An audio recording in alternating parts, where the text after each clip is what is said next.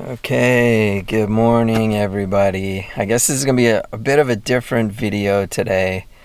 As you can see, I'm in my car. I'm laying down in my car here. I guess we could call it like stealth camping. Not really camping though, stealth parking maybe is what we could say. I've traveled across the country to come to Hiroshima this week.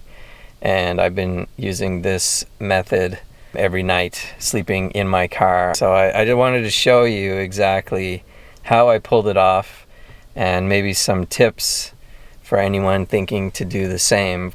You could say that it's kind of pointless, time, money, or hassle or whatever, but I just wanted to do it just to see how it would go. So the first thing I did, let me just sit up here. There we go. The first thing I did was I got some cardboard boxes and I blacked out all the windows here in the car. And you can see all the way around, but yeah, you know, you want to get some privacy, obviously. The front window is a store-bought kind of reflective sunscreen. I'm not sure what they call it, but it has this kind of stuff on it. I don't know how common they are in your country, but here in Japan, you know, most people have something like this. They put in their window to protect it when it's a hot summer's day. I kind of custom made these. You know, they fit relatively well. They've gotten a bit looser as I've used them. This is what, my third or fourth night I've been using it. I put some tape around the edge to create a bit of a, you know, lip that I could snug up a bit better. But overall, it worked. The main idea is to get some privacy and to block out any kind of light that's coming in there.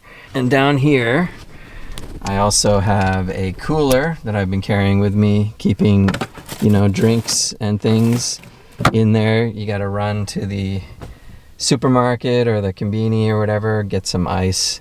This towel is, when the sun is coming in the window, I wanted to stop it from actually heating up the cooler itself. I thought that would, you know, make it last cooler longer. And yeah, in the back you can see I got some towels and things hanging up.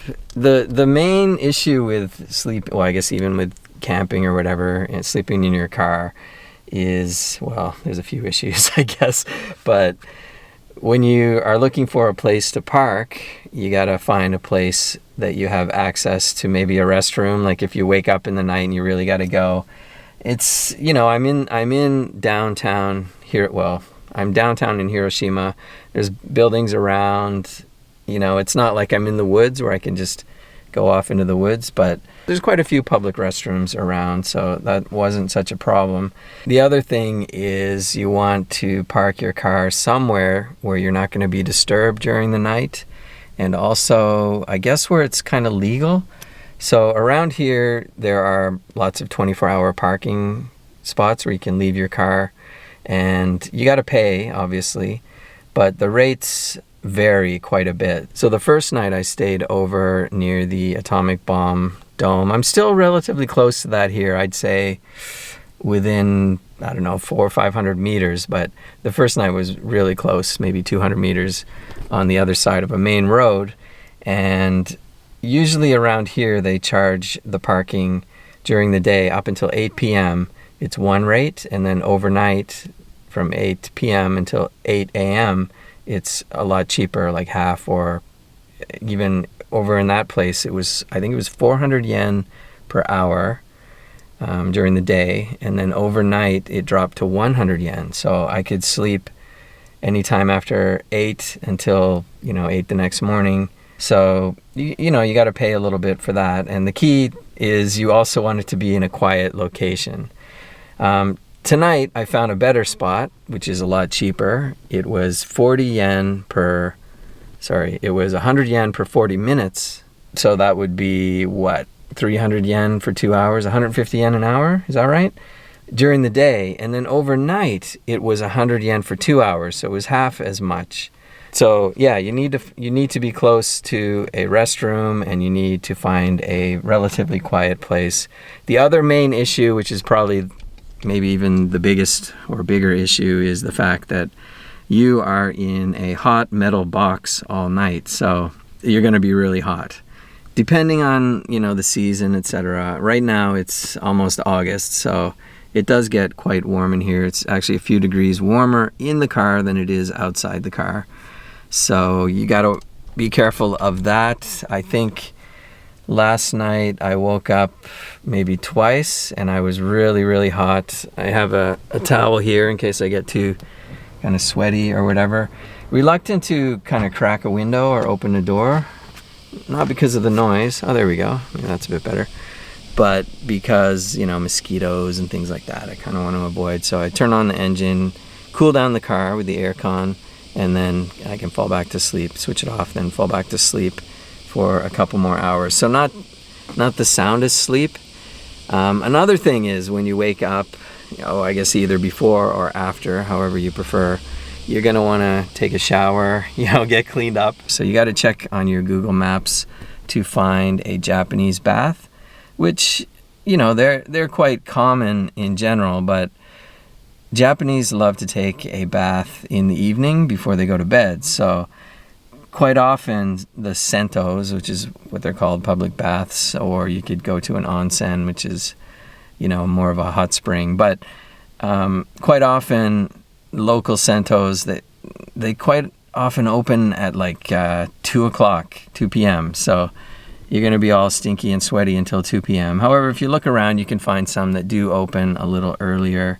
The one that I've been going to opens at 7 a.m., which is perfect because not only, I want to get cleaned up, especially after a hot, sweaty night at the public bath, but since the Japanese take a bath in the evening, there's not really a lot of other people there. A few really old dudes that maybe it's their daily ritual, I'm not sure. But for the most part, it's not crowded. There's no kids. So there's that, which I think is good. Of course, maybe some of you have tattoos and things and you're worried about going to places like that. I'm not sure what the policy is, but you may come across a situation where you're denied to enter because of that. So just keep that in mind. Let me take down my windows and I'll show you exactly how my bedroom turns back into a vehicle. Sorry, Jack is dangling in your face right there. Let me move him out of the way. There we go. So here we go. Today I actually noticed it is a little cooler outside than it is inside here. I don't have a thermometer to tell you how hot it is, but the first night, oh, there we go. You can see the sun coming in. The first night that I drove here, I stopped at Lake Biwa, which is the largest lake in Japan. And it was actually a little chilly in the car. So it was down to maybe 20 degrees. I expect it's probably 28 degrees now. Okay. So there it is. Well, there's I don't know if you can see on the back window, there's actually also a piece of paper across the back that I'll have to remove before I start driving. But what time is it? It's after 6. So, hello. It's after 6. So, by 7, the the Sento is going to open. So I'll go check that out. It's 450 yen to take a bath there. They have options if you want to get a sauna, etc., etc. But I just want a basic bath. Okay, so there we go. Also, one thing to mention, you saw that I was sleeping these seats go really flat, which is great. So I push it back as far as possible so that I have a lot of leg room, and then I lay it back. Now, the one thing you got to remember, maybe you don't think about it, but I noticed it the first night that I did this, was your arms, they don't really have much support. So to compensate for that, I laid back this seat so that I could, if I wanted to stretch across 2 seats. Not the most comfortable sleep, obviously, but you know, it's as cheap as you want it to be. The first night, again, I stayed at Lake Biwa. I stopped at a roadside station, so it was just free to park there, and there were like a dozen other cars there as well. It was a bit noisy because sometimes motorcycles would come in during the night, but there we go, get some cool air in here. Roadside stations are ideal. Quite often they have shops and things that close, but the parking is still accessible. Just Google Michinoeki, which is the roadside station, and you can find them, which I'll probably try to stop at one tonight because I'm heading back tonight. But I had a good time here in Hiroshima. I saw a lot of cool things. Yeah, I've been here before, but I didn't camp here before or park here before. But I picked up a few tips, so if I do come back, I'll know exactly like which Sento is the one to go to because it's open at 7.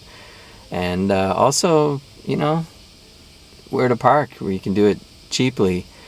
I found some places outside of town that I could have parked for free. A bit of a drive. I ended up coming down into the city anyhow.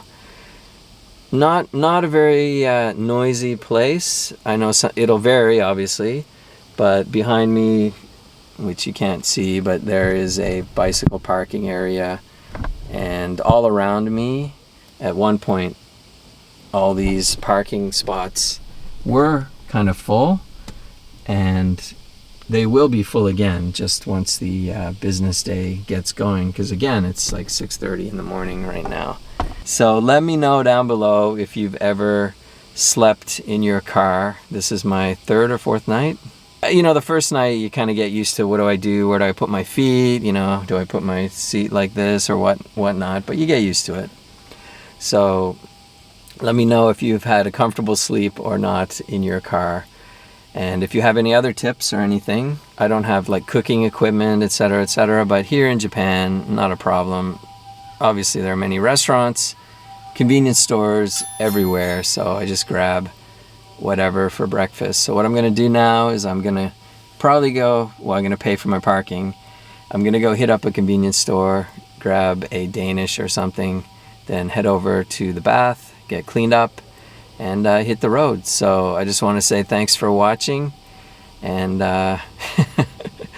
see you guys in the next one.